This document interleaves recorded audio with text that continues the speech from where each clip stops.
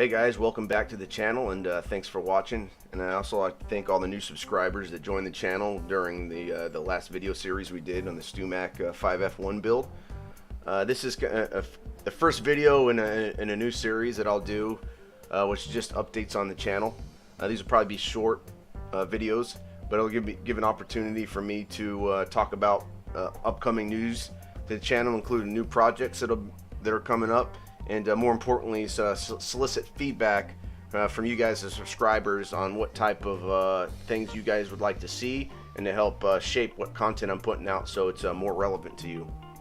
First, about upcoming projects. You see, I alluded to this in the last video of the StewMac build, but I've got another amp kit that I purchased. I got it for a good price during one of the holiday sales, and it's a Mod 102 guitar amp kit. It is a 5-watt single-ended amp, very similar to the StewMac 5F1 we just built, but there's a few differences. The first one, different types of twos. This still has a 12x7 in the preamp section, but instead of using the 6v6 that the 5F1 StewMac had, this uses an EL84, which is just a different type of output tube and sounds a little bit different. Other than that, going to the schematic, one major difference you can see here, this actually has a more robust tone shaping section in the preamp. So between the two triodes of the 12x7, where the 5F1 only had a combined volume tone potentiometer, this actually has a true treble and bass circuit in addition to the volume.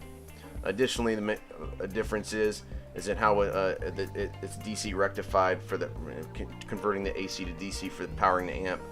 The 5F1 we just built had a 5Y3 tube that did the rectification. This actually has solid state diodes that does the same thing. Again, just changes the tone subtly. I don't think one's better than the other. There are some differences, but this kit's a little bit more simple in that regard.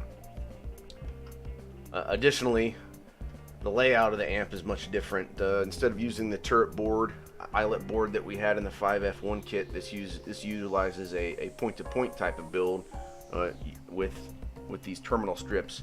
I have not built an amp using this type of layout, so this would be interesting and fun for me to build. And I will be doing a video 1 and unboxing and component overview soon, so pay attention, and I'll be putting that out there shortly. But doing this amp presents a challenge for me.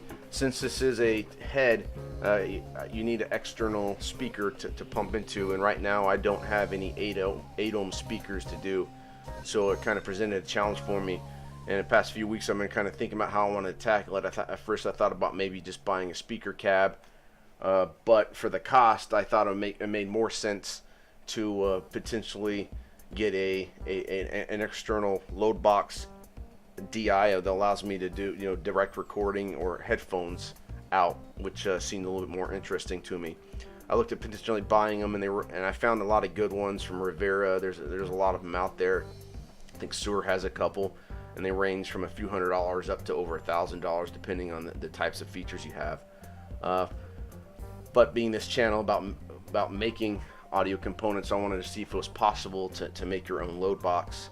And during my research I found this first option here from Tubetown, which is a reactive load box that has headphone output, different outputs, and just discuss shortly about reactive versus passive load.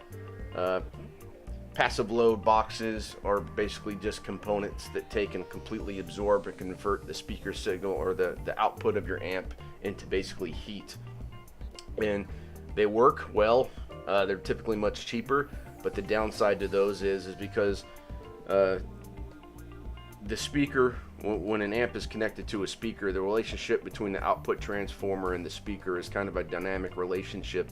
And because of as you can imagine, the speaker coil is actually moving. The impedance actually varies, and it's variable. It's just not fixed as if you're going into just one 8 ohm, for example, passive speaker soak. Because of that, the passive speaker soak's kind of known to be known a little bit of having flat or just changing the tone to where it's not as good.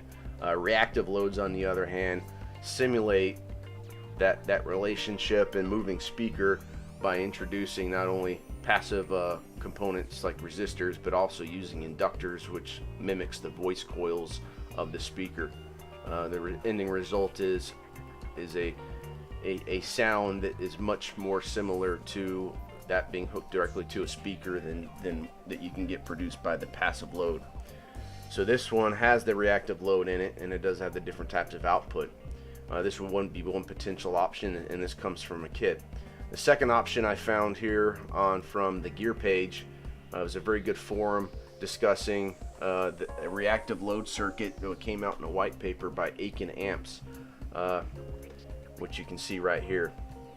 And in here, the actual reactive load is this portion over here, and this side over here is this is a stub out to allow line out, and then here's it allows for the passive or resistive, just resistive only, and this was switched. So if you want to do just resistive, it comes into an 8 ohm 200 watt resistor, gets soaked up, and then comes straight out. So if you just wanted to use it for that, or if you leave it open, it allows it to come through here.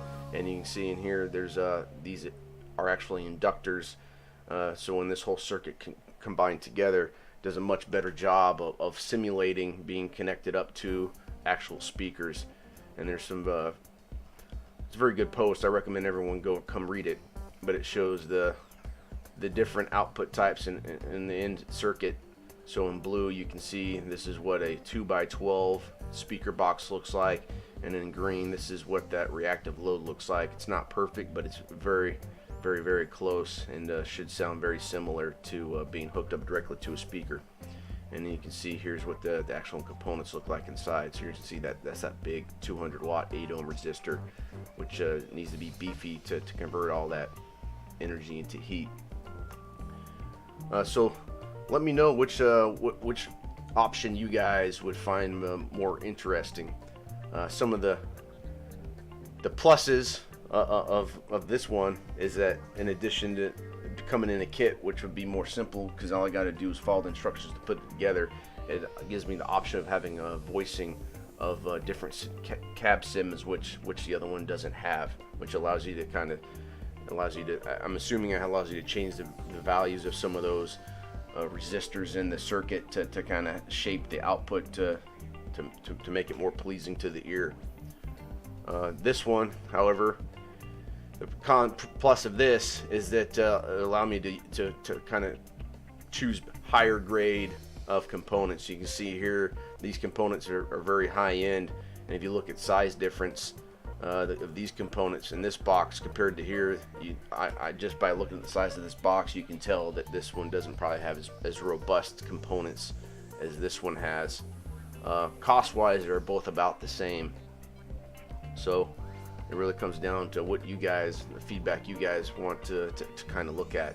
Right now I'm leaning towards building this DIY kit because I think in the long run it would be more fun for me to go through and kind of choose the components and put it together and design and build it.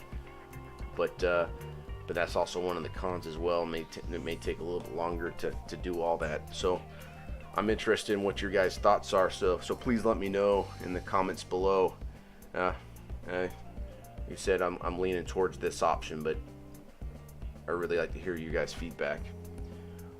Additionally, I'll go ahead and I'll put links down below to the mod kit 102 that they're getting ready to build, as well as the links for Tubetown in this forum post. You guys have an opportunity to check it out further.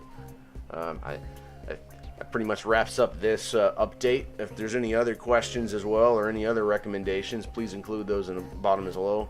And if you haven't already done so, please consider subscribing. And I thank you for watching, and look out for that video 1 of the new the mod kit 102 build.